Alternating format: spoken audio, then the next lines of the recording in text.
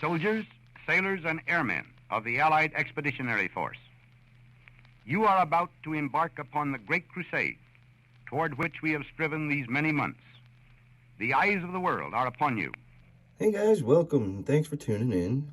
Today we got a pretty cool little showcase we're going to be doing on a neat medal I picked up while at SOS.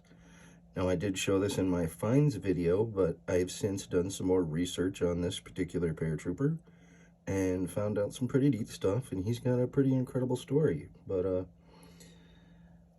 there he is there. His name was Alvin Howe. Here we have the medal. And this is a prisoner of war medal.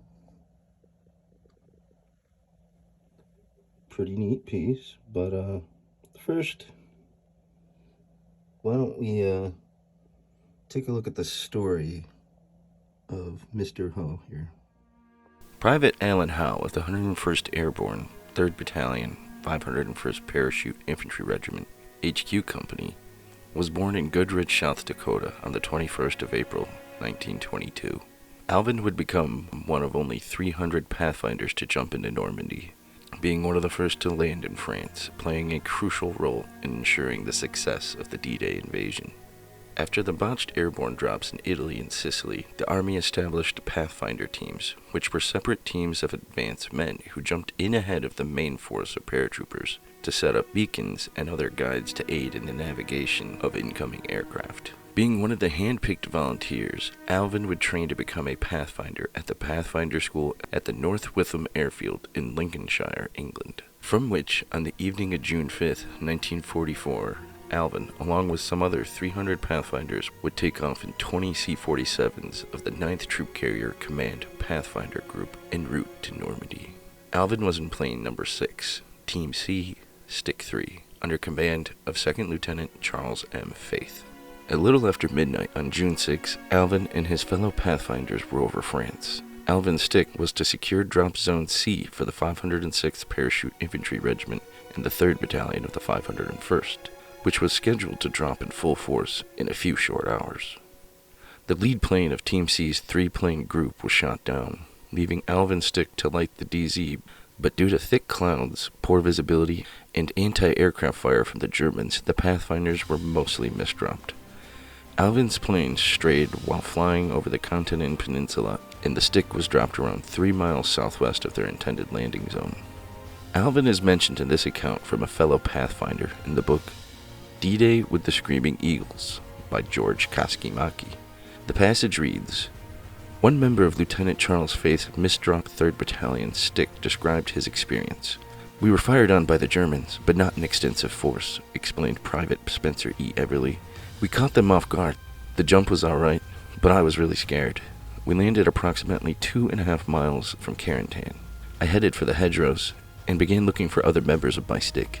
I located Alvin Howe, Lester Hunt, Sergeant John O'Shaughnessy, and Lieutenant Charles Faith. Stanley Sawarski came down in a tree. He was shot without having an opportunity to get out of his chute."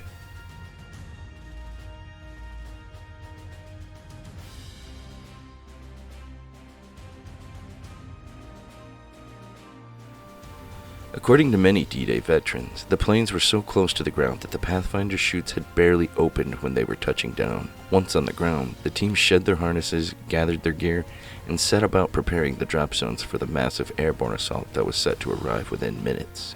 Many finding their radar beacons and radio gear was damaged in the jump, rendering the equipment useless. Some Pathfinders resorted to using handheld flashlights to try and signal the incoming invasion forces. Surrounded, outnumbered, and deep behind Nazi lines, Alvin and his fellow Pathfinders were charged with a vital task: to secure the drop zones and illuminate them for 20,000 other Allied paratroopers that would be arriving within the hour. Despite their many months of rigorous training, the Pathfinders' efforts proved futile. Because of the mix-ups, malfunctioning equipment, and misdrops, most of the main Allied drops on D-Day were scattered across the French countryside. Yet, despite the many setbacks, the airborne portion of Operation Overlord succeeded in causing confusion among the German troops in Normandy.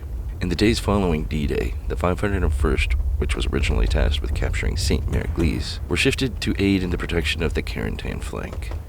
On June 13th, they would play a crucial role in the Battle of Bloody Gulch. also known as Hill 30, approximately 1 mile southwest of Carentan.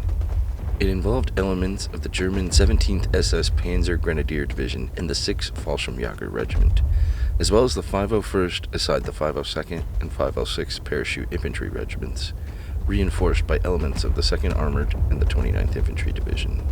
The battle was crucial because Carentan was a link between Utah Beach and Omaha Beach, providing a base for further attacks deeper into German-occupied France.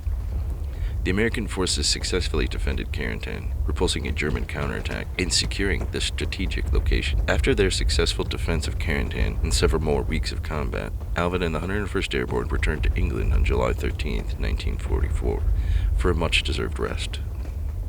It wouldn't be long until they would be preparing for Operation Market Garden, an operation devised by Field Marshal Montgomery consisting of 2 sub-operations. Market was codenamed for the airborne portion of the operation, consisting of American, British, and Polish paratroopers, numbering more than 41,000 airborne troops, making it the largest airborne operation in history.